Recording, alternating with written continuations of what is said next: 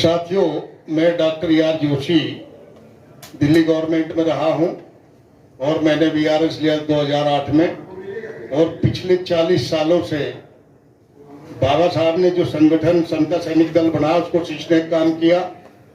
All over India जहां भी समाज पर कोई भी एट्रोसिटीज हुई तो पूरी टीम जाकर के उनकी प्रैक्टिकल मदद की, वेदर इट वाज लीगल और सामाजिक तौर पर और किसी भी तरह से।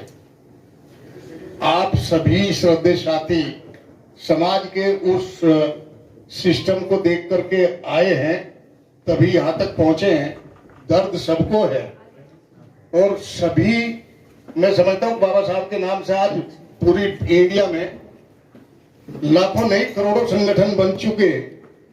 लेकिन जब कोई कॉमन कॉज की बहुत ही विशेष बात होती है तो ये भी देखने को मिला कि सभी लोग एक दूसरे के झंडे के नीचे आकर के कोई क्रांति या आंदोलन करना नहीं चाहते, जो एक सबसे बड़ा सेटबैक है समाज में।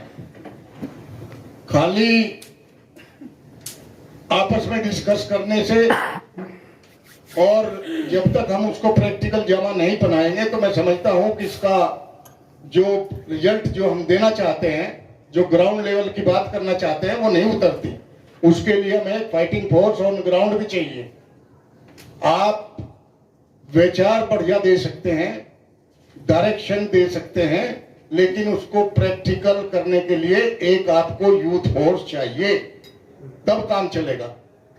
आप एक थिंक टैंक का काम करें जैसे कर रहे हैं, और उसके लिए आप जो है एक बहुत मैं कहूंगा कि जैसे समता सैनिक दल है पूरे इंडिया में काम कर रहा है, वो 22 स्टेट में है आज भी, और जहां जहां कोई ऐसी घटनाएं होती है उस पर जाते हैं। कोई रिजर्वेशन की बात हो, कोई एट्रोसिटीज की बात हो, कोई उत्पीड़न की बात हो, कहीं शोषित समाज में, दलित में या किसी भी तरह का कोई भी कहीं किसी पे भी कुठाराघात हो तो वो लोग वहां अपनी प्रेजेंट लगाते हैं। मैं पिछले 14 सालों से जो SC/ST गवर्नमेंट एम्प्लॉय का परिसंघ है उसका भी चीफ पैटर्न रहा हूं और समता सैनिक दल का नेशनल प्रेसिडेंट भी रहा हूं। अब उसका चीफ व्हिप हूं। और जितनी भी एट्रोसिटीज, अभी एक साथी हमारे गुहाने का जिक्र कर रहे थे, जब गुहाना कांड हुआ उस टाइम में सर्विस में था, लेकिन हम 20 लोग वहां प्रैक्टिकल गए और हुडा एक गली में उस दिन चीफ मिनिस्टर थे, वो हमने घर पे जाकर के देखा किस तरह से गैस सिलेंडर में आग लगा करके उनकी छतों से उनको बहुत ही ज्यादा प्रताड़ित किया हुआ था।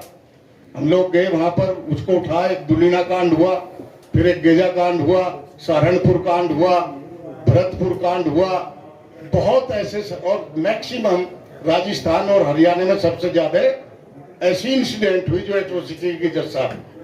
तो ये जो चीज है, इनको कभी कभी उनको कोई लीगल प्रोटेक्शन नहीं मिलती, हेल्प नहीं मिलती, कभी कोई प्रॉपर उसको गाइडेंस नहीं मिलती, या उनके साथ खड़े होने वाले बहुत कम लोग हैं।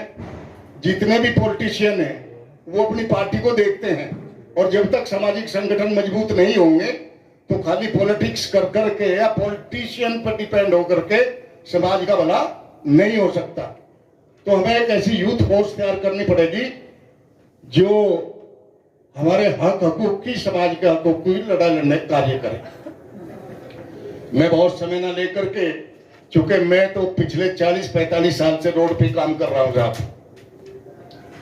ये बैठे हमारे ये भी टीम के हमारे बहादुर सैनिक रहे हैं, मिस्टर नागपाल, ही नोस हमारी सारी एक्टिविटी से परिचित है। हमने सर्विस में रहते हुए जंतर मंतर पर मैं समझता हूँ सैकड़ों धरने प्रदर्शन किए।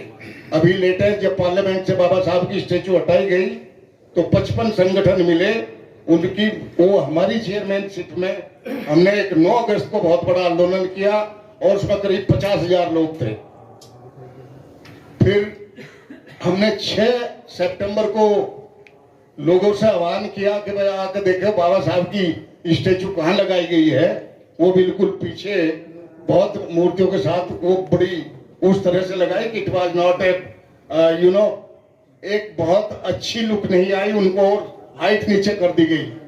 तो मेरा मतलब ये है कि जब ऐसी चीजें होती हैं तो हम लोगों को उसमें इकट्ठा होकर के अपनी ताकत दिखानी पड़ेगी, अदरवाइज ये कोई बात नहीं करेगा। जब कोई ऐसी बात होती है हमें वहां, जज साहब, हमें वहां इकट्ठा होना चाहिए। और आप जैसे जो प्रबुद्ध साथी हैं, जो समाज को दिशा निर्देश दे सकते हैं, उनकी आवश्यकता है। हमारे पास फौज बहुत है, लाखों की फौज है, लेकिन डायरेक्शन प्रॉपर चाहिए, तभी समाज की। रोड पर जब तक नहीं जाओगे कोई नहीं पूछता हॉल में बैठ करके। धन्यवाद, आपने मुझे समय दिया।